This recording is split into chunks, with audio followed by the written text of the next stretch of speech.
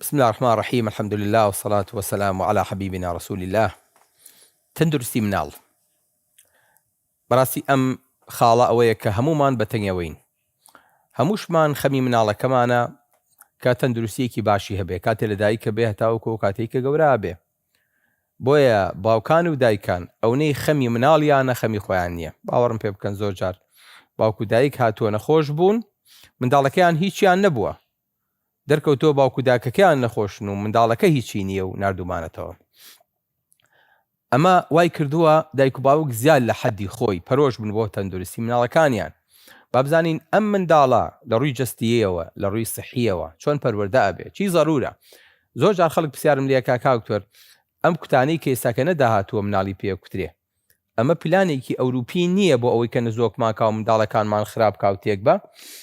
ئایا جایزە ئێمە منداڵەکانمان بکوتین؟ تومە لە خزمەتانام جوابتانەیەمەوە. بۆیە ئەبینی دایمە دایک و باوکان بۆ سکچوونێک، بۆ هەڵامەتێک، بۆ گرەیەکی لیمفاوی، بۆ تایەک دنیایان لێیەتەوە یەک منداڵەکەیان دکتۆرا و دکتۆر پێیەکەن وڵا حەزەکەین کاکتۆ جەنجەنابیشە بیبینی.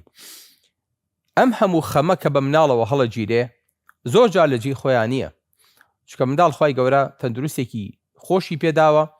ئەگەر کێشەیەکی زگماکی نەبێ منداڵ تەندروستی لە باوان خۆشترە، چکە منداڵێکە تازە پێگە. بەڵام مەفروزە ئێمە وەکو دایک و باوک چاومان لەسەری بێ، ئاگامان لێ بێ، بزانین ئەم منداڵە کێشەکەی چییە. زۆر جان منداڵ کێشەکەی دەرو نییە، تۆ بە گریان لی تێگی، چکە ئەو بە گریان دەرێ بڕێ. زۆر جار مناڵ خۆی ئەکا بە نەخۆش، زۆر جار مناڵ کێشەیەکی تری هەیە، بەڵام لەمانە گەورەترەوەیە کە چۆن بتوانیت پارێزگاری لەسەر تەندروستی منداڵەکەت بکەیت. بۆ چکە ئەو منداڵە ئەگەر کێشەیەکی هەبێ دواتر ئەگەر پێی نەزانی لەوانەیە خوا نەخواستە. بۆ نمونە مناڵ کە غودەی دەرەقی نەبێ، یەکێ لەو کێشە گەورانی لای ئێمە کە لە 3 لە 1000 مناڵە غودەی دەرەقی نییە، یاخود غودەی دەرەقیەکەی کزە. ئەگەر فەحسی بۆ نەکەیت و پێی نەزانی ئەو مناڵە هەتاوەکو ماوە منداڵێکی نوقسان دەرەچێ، قەد نابێ بە ئینسانێک. بۆیە زۆر جا پێڵم ئەڵێم کچم زەخت لە مناڵە مەکە، ئەم منداڵە هیچە خوێنێ نەوەڵڵا بەخوا کاکتۆ 4 ساڵە لە یەکە. ئەی چی لەکەن وڵی کاکتوژیان بخۆم سعیپێکە مامۆساوان بۆ گرتویش فێر نابێ. ئێکڕمە فێر نابێ. ئەم منداڵە میمۆریتیان نییە، هەت چیەکی تێبکەی وەری ناگرێ. ئەم منداڵە غودەی هەیە، غودەی هەیە بۆ پێتان نەزانیوە، لەبەرەوە قەد نابێ بە ئینسانێکی طەبیعی. بۆیە ئەبێ دایک و باوک حەریص بن لەسەرەوەی کە منداڵەکەیان چۆن بە شێوەیەکی تەندروست بە تایبەتی ئەو منداڵی کە لە دایکە بێ، ئەو منداڵانە ئاگاتان لێی بێ کوتانی بۆ کرێ. ئەسڵەن کوتان ئافرەتێکی موسڵمانی تورک دۆزیەوە کە ئەبێ میکرۆبێکی زەلیل کراوە بکرێتە لەشی مناڵەوە یاخود لەشی گەورەوە بۆ ئەوەی کە مەناعی بۆ دروست بێ و ئەو مناڵە جارێکی تر ئەو نەخۆشیە دەرەقەتی نییە. بۆیە ئەو سیستمی کوتانی کە دانراوە یان تەڵقیحیان ڤاکسینەیشنی کە خۆمان پێڵین لەو کۆرسەی کە مناڵ هەتاوەکو تەواوە بێ ئەبێ منداڵ هەر هەمی وەرگرێ. کەس نابێ بەناوی ئەوەی کە وەڵا ئەمە خوتەیەکە و پلانێکە بۆ منیان بۆ مناڵی من. بەعکسەوە پلانەکان زۆر لەوە گەورەترن کە لە پشتی تۆوە ڕۆدا و لە ڕووی ئیعلام و شاشە و شوێنەکانی ترەوەی گێن بە مناڵەکە و ئاگای لێ نییە. ئەمە بە پلان نەزانی، بەڵامەوە بە پلان نازانیت. ئەمە پلان نییە خۆشەویستەکەم. بەعکسەوە ئەبەیەکێ لە پیلانەکانی ئێمە بێ کە منداڵەکانمان بەو شێوەیە تەلقیحکەین کە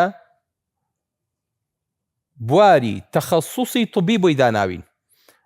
هەر کاتێک منداڵێکت دژی شەلەلی ئەتفال، دژی تیتانەس، دژی دیفتیریا، دژی کۆمەڵێشت نەکوتی، وەڵڵاهی قەرزارە بی تا ڕۆژی قیامەت. بۆیە تکام وایە ئەو باوکو دایکانە زۆر خەڵکێکیشم بینی وتی کاکتۆ من نەمکوتیوە، تومە کوڕم غەڵەتێکە کردو ئەو منداڵە تووشی هەر چیە بێ لە دنیا و لە قیامەتە لی بەرپرسیاریت.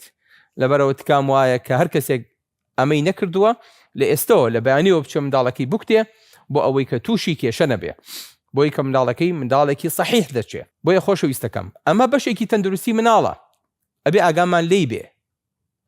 دوای ئەمە منداڵ چی ئەخوات؟ منداڵ کە لە دایکە بێ دانی نییە بۆ ئەوەی کە شیری بدرێتێ. شیرەکە چۆنە؟ شیرەکە خوای گەورە لە مەمکی دایکا بۆی حازر کردووە، بۆی کە دایکەکەش بەزەیی بە خۆیان نێتەوە.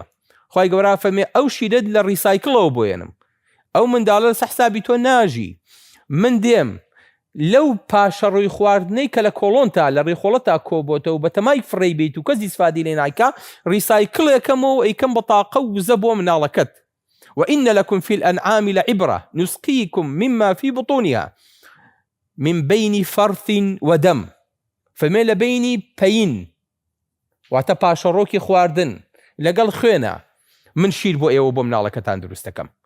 لەبەر بەدایک نەزانێت بە شیردان زەعیفە بێ، بە شیردان بێتاقەتە بێ، بە شیردان ڤیتامین و ئاسنی کەمەکە. نەخێر، ئەوەی کە منداڵەکە ئیخوا ڕزقی خۆیەتی تۆ نییە، تۆ داد نابوو بۆ فڕێدان خی گەورە ڕیسایکڵێکی پێکاتەوە جاری کرد و زەڵ تاقی لێ وەرەگرێتەوە.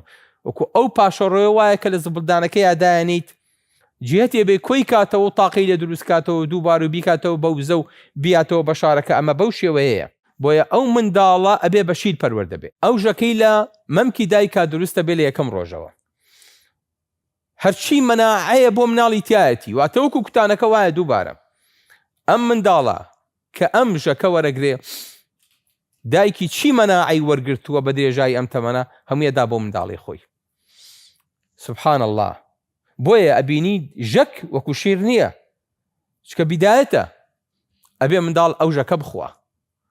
دوایی ڕۆژ بە ڕۆژ پێکاتەی شیرە گۆڕێ. ئێمە ئەڵێن ئەم شیرە هی 6 مانگی یەکەمە، ئەمەیان هی 6 مانگی دووەمە، ئەمەی ساڵی دووەمە. شتیوان نییە. منداڵ بە سەعات لە مەمکی دایکا خوای گەورە شیرەکەی بۆ گۆڕێ. چکە منداڵەکە پێویستی بە چییە؟ دایکەکە و شیرەیەاتێ. منداڵی زۆر حساسە. ئەلێ دکتۆر وەڵام دکتۆر پێویستم مناڵەکە و شیری مێرێ. چێ پێویستی شیر بێ بە مناڵەکە؟ وەڵا حساسیەتی هەیە بە شیرەکە. وەڵای من یەکەم جارە شتی وایە بینم مناڵ خۆی بێ سکی بچێ. یعنی چی تۆ کە شیرەی تێ منداڵەکە و سکێ چێ؟ ئێگە مناڵ سکی نەچێ و قەبز بێ خۆ تەقێ، خۆ ناتوانێ بچێ و بنقێنێ و پیسایەکی بێنێتە دەرەوە. ناشکرێ هەموو جارێ بە پەنجە بەلۆکە بووی دەرکەیت. بەرە ئەم مناڵە بێ سکی بچێ، طبیعەتی مناڵەکە وایە. لەبەرەوە خەڵکانێکی نەزان وەڵام دکتۆر و توێتی شیر مەدە. هیچ کاتێک دکتۆر ئەم قسەی ناکات. شتێکی لە ئێمە لە سەرەتانی مەمکە ئەڵێن شیر ئەگەر گەڕایەوە بێ بە سەرەتان. بیستوتان ئەم قسەیە لە پیرەکان لە ئافەتە قەیرەکان بپرسن بڵێن بۆچی کوردەیە کوردەواری ئەڵێ ئەگەر شیر گەڕایەوە ئەبێ بە سەرەتان. ئەزان وانە ئەلێ دکتۆر جان ئەم مەمکەم منداڵ نەیگرتووە، ئەمەیانی خواردووە، دوایی دەرەکەوێ ئەمە سەرەتانی تایە پاشان ساڵێک. ئەڵێ نەمان و شیر کە گەڕایە بێ بە سەرەتان وانە. ئەم شیرە کاتی خۆی خانەی خەوتووی سەرەتانی تیا بووە، پێوتە ئینسایت و کارسینۆما ئینسایت و خانی خەوتووە. تامێکی تایبەت دەرەکات بەس مناڵ هەستی پێەکە. ئەلێ دکتۆرجان فەحسم کرد چوون بەلای دکتۆرتی مناڵەکە منە ئەلێ دکتۆرتی عیب نییە، بەس مناڵەکە هەر نایخوا. پاش 10 ساڵ پاش 15 ساڵ ئەبینی سەرەتانەکە لەم شوێنی کە منداڵەکە نی خواردووە خانی خەوتوو بووە ئەگۆڕێ بە خانی سەرەتانی. سبحان الله. کەواتە بۆ خۆی منداڵ حساسە. خوای گەورە یەک گێچیتیا دروست کردووە باوەڕم پێ بکەن لە هیچ سۆنێر و فاسێکی مختبەران نییە. لەبەرەوە ئافەت پرس بە منەکاڵێک کاکتۆر جان ئیلتیهابی مەمکەم هەیە شیر بم بە مناڵەکەم ئەڵێم دوای 48 ساعات منداڵەکە خواردی بی دەرێ. پرس مەکە چکە خۆی عاقڵە ئەزانێت ئێمە مناڵ زۆر بەبێ عەقڵە زانی. باوەڕم پێ بکەم مناڵ کاینێکی زۆر عاقڵە. بۆیە ئەو دایکانی مناڵەکانیانە گرن بە گۆشیانە و شیریانە دەنێ منداڵێکی ئیملاق و گەورەیان دەرلێ دەرەچێ لای ئێمە. ئەو مناڵانی لە ئەوروپاش فڕێ ئەدرێن و بە شیر و بەدایەن پەروەردەکرێن و ئەخرێنە شوێنەکانەوە دوای دایکی ناناسێتەوە. ئەو دایکی کە جگەری خواردۆ بەسەر مناڵەکەی و مناڵەکەی لی بێزارە بێ ناوسکیە. ئەو دایکی محاوەلەی کوشتنی مناڵەکەی کردووە مناڵەکەیەتە دەرەوە لی بێزارە و حەزی لە دایکەکەی نییە. بۆیە بینی منداڵ لای ئێمە جۆش و خۆشەویستی بۆ دایکی هەیە. بۆ چکۆ کە ئاوا شیرەکە ئاخوا چاوەڕێتە چاوی دایکی، هەردووکیان ئاسوودەیەکیان بۆ دێ. بۆیە خوای گەورە فەرمێ والوالدات يرضعن أولادهن حولين كاملين. بێ 2 دانە ساڵ ئەو دایکە شیرە و مناڵە بە ئەبێ ئیجازە وەرگرێ مامۆستایە لە هەر شوێنێکایە لە هەر پۆستێکایە ئینشاءالله ڕیز و زەرا بوو ئەبێ بێتە خوارەوە پەروەردەی مناڵ کات. ئەمڕۆ بینی دنیا ژیری خواردۆ بەدەست بێ مناڵیەوە. بینی ئەلام چیەکە بۆ ئەوەی کە مناڵێک دەستکەوێ. بەڵام ئێمە منداڵەکان لە دایکە بێ بەیانێڵەوەلا کاکتۆ جان ئیجازەکەم تەواو بوو بێچمەوە سەریشی خۆم ئەی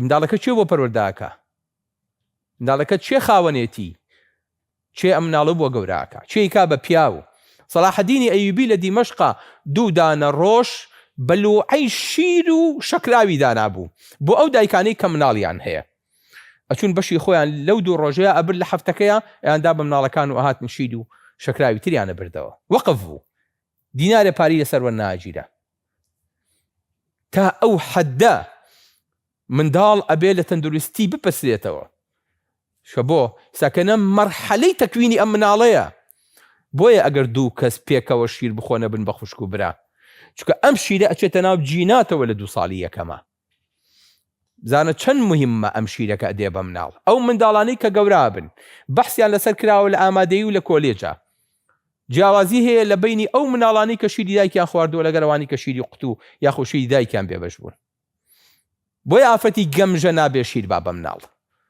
بڵێ وەڵام پەتە کورە بێ ئیشە و بێکارە و لە ماڵەوەی هەر دانیشتووە و بە شیر با بە مناڵەکە نێڵن منداڵەکانتان بە شیری ئافرەتێک کە عەقڵی تەواو نییە گۆش کرێ چکە چێتە ناو کرۆمۆسۆم و ناو جیناتێوە بۆیە بێ زۆر وریاتر بین لەوەی کە منداڵەکانمان لەو 2 ساڵەیە لە تەندروستیان بێ ئاگا بین بۆیە دایکە بێت دایمە لەو 2 ساڵەیە چاوی لەسەر مناڵەکەی بێ وەکو هیچ ئاژەڵێکی تر نییە ئاژەڵ لە دایکەکەی بەربەوە ئەکەوێتە سەر پێ لێلکەکە جوقا یەتە دەرەوە بۆ خۆی شتەخوا دەنوکە هاوێ بەس منداڵی ئادەمی زادوانیە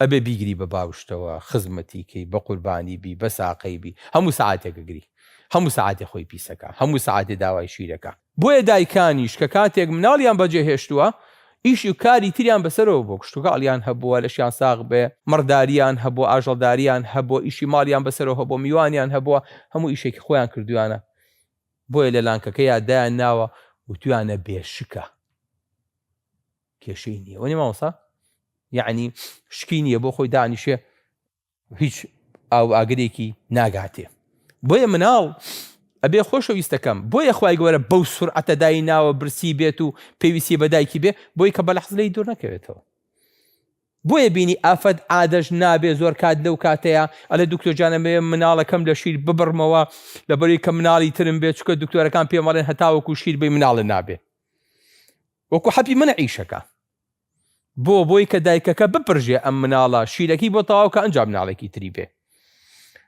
سەیری ئەم سیستمە جوانە بکە کە ئیسلام دایناوە دایی گەیشتە 40 و 50 تر مناڵی نابێ بۆچی نایبێ نەتا پرسیوە خۆشتا 20 ساڵ 30 ساڵ تەمەنی ماوە ئەگەر خوای گەوری شڵات تەمەنی هەموو لای درێژکە ئەی بۆ پیاوەتوانێ مناڵ خاتەوە لەبەری کە ئەو دایکە فریاکەوێ ئەو مناڵە گەورە کات و بیدا بەشوی یاخو ژنی بۆ بێنێ ئەو نەی بەدەمەوە مابێ نەگرێت 6 ساڵیان مناڵ خاتەوە و لە 61 بمرێ و مناڵەکەی بەسەرگەردانی بۆیە کوردە فەرمێ مناڵ بێدایک بێنازەکەوێ بۆیە ئەو منداڵە بێ کەسە کە دایکی ئاگای لێ نییە و هەریەکە لە پەرۆشی ئیشی خۆیان ئەم بەلای ئیش و ئەو بەلای وەزیفەوە هەریەکە بەلای ئیشە کاڕات و مناڵ لەوانەیە تیاچێتوە فۆتێ بە دیار چێوە مناڵ بەجێڵیت بۆیە خۆشەویستەکانم ئەگاتان لێی بێ منداڵ تەندروستی منداڵ بە تایبەتی لەو زەمانەیە بە تایبەتی لەو تەمەنەیە پێوەی دیارە هەتاوەکو ڕۆژی قیامەت نەکەن دەستم دامێنتان من زۆر جار منداڵێکە نەخۆشە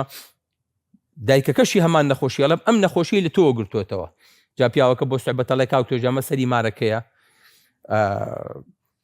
ئەڵێم وەڵی تەرە مەزگ ماکە بووی ماوەتەوە ئەڵێم ئەم ئافرەتە با ساڵێکی تر بێتەوە بۆلام ئەڵێ ئەی مناڵەکە ئەڵێم مانگێکی تری بینمەوە چکە کاریگەری نەخۆشیەکە لە مناڵەکەیە پاش مانگەکە 50 ساڵی تر لەسەری دیارە بێ بەسیش لە دایکەکە ناکە بەڵام ئەم مناڵە لە عەقڵیە لە گەشەیە لە باڵایە لە دەورەیە لە هەموو شتێکیا دەرەکەوێت بۆیە خۆشەویستەکانم ئەم مەرحەلەیە مەرحەلەی تەندروستی مناڵ مەرحەلەیەکی زۆر حساسە بیاگامە لێ ئەگەر تەنها تەندروستی مناڵ لە ڕوانگەی لاشەشەوە لێک بینەوە